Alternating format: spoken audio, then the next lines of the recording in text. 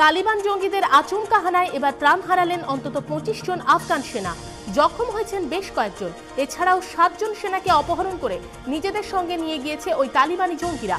রবিবার হঠাৎই পাক আফগান সীমান্ত লাগোয়া কুনওয়ার প্রদেশের একটি সেনা চৌকিতে হানা দেয় ওই তালিবানি জঙ্গিরা। ভয়ঙ্কর বিস্ফোরণে উড়িয়ে দেয় গোটা সেনা চৌকিটি। হামলার দায় স্বীকার করেছে তালিবানি জঙ্গিরা। ঘটনার জেরে আফগানিস্তানের রাষ্ট্রপতি হামিদ কারজাই স্থগিত রেখেছেন তাঁর শ্রীলঙ্কা সফর। বিশ্বের অন্যতম কুখ্যাত মাদক পাচারকারী ওয়াকিন এল চ্যাপো গুজমানকে শেষোক্তি গ্রেফতার করতে সক্ষম হল মেক্সিকো পুলিশ। মাদক সমস্যায় জর্জরিত বিভিন্ন দেশগুলি এর আগেও বহুবার গুজমানকে গ্রেফতারের চেষ্টা করলেও সফল হয়নি।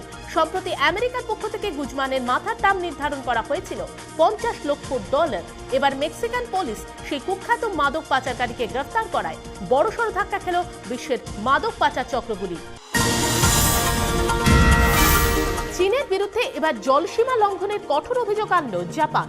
জাপানের দাবি অনুযায়ী রবিবার চীনের ৩টি পাহারাদার রণতরী জাপানের জলসীমায় অনুপ্রবেশ করে চলে এসেছিল সে দেশের সেনকাকু দ্বীপের কাছে। চলতি বছরে এর মধ্যেই এই নিয়ে পঞ্চমবার জলসীমা লঙ্ঘন করে জাপানে অনুপ্রবেশ করল চীন, এমনটাই দাবি করেছে জাপানের প্রতিরক্ষা মন্ত্রক। যদিও চীনের তরফ থেকে অস্বীকার করা হয়েছে জলসীমা লঙ্ঘনের বিষয়টি। এবার সিআরপিএফ এর জন্য কলম ধরলেন বলিউডের বিখ্যাত গীতিকার জাভেদ আখতার।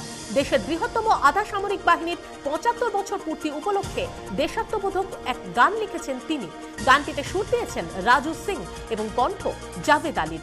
আগামী ২৮ ফেব্রুয়ারি দিল্লিতে সিআরপিএফ এর এক বিশেষ অনুষ্ঠানে জাভেদ আখতার রচিত হাম হ্যায় দেশ কি রক্ষক গানটির উদ্বোধন করবেন স্বয়ং রাষ্ট্রপতি প্রণব মুখোপাধ্যায়। একে বলে বিড়ালের ভাগ্যে শিঙে ছেঁড়া। হ্যাঁ, এমনটাই ঘটেছে ইটালির একটি বিড়ালের ক্ষেত্রে। ১ কোটি ইউরো, রোম ও মিলানে দুটি বিলাসবহুল ফ্ল্যাট, ইটালির দক্ষিণে ক্যাম্ব্রিয়াতে জমি, এই সব বিপুল সম্পত্তির মালিককে জানেন? টমাসো নামের ওই ইটালিয়ান বিড়ালটি।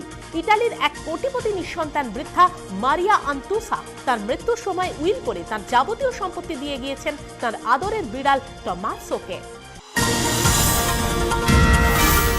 হ্যাট্রিক করলেন সোমদেব। রবিবার অত্যন্ত দাপটের সঙ্গে খেলে জীবনের তৃতীয় এটিপি চ্যালেঞ্জার খেতাব জয় করে নিলেন ভারতীয় খেলোয়াড় সোমদেব দেববর্মন। ফাইনালে মাত্র ৫৯ মিনিটে তিনি একরকম উড়িয়ে দিলেন শীর্ষ বাছাই আলেকজান্ডার নেদোভিয়োসভকে ৬-৩, ৬-১ গেমে। সোমদেব তার জীবনের প্রথম এটিপি চ্যালেঞ্জারটি জিতেছিলেন আমেরিকার লেক্সিংটনে ২০০৮ সালে। দ্বিতীয়টি জেতেন ২০১০-এ তুরস্কের ইজমিরে।